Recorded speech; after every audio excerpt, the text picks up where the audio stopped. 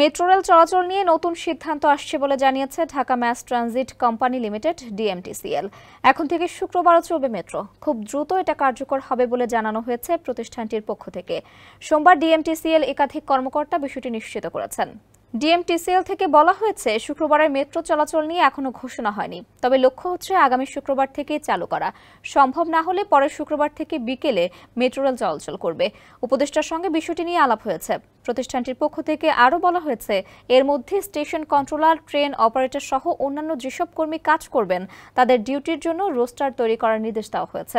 সকালের দিকে যাত্রী কম থাকায় শুক্রবার দুপুর ৩টা থেকে রাত পর্যন্ত মেট্রো রেল চলাচল করবে।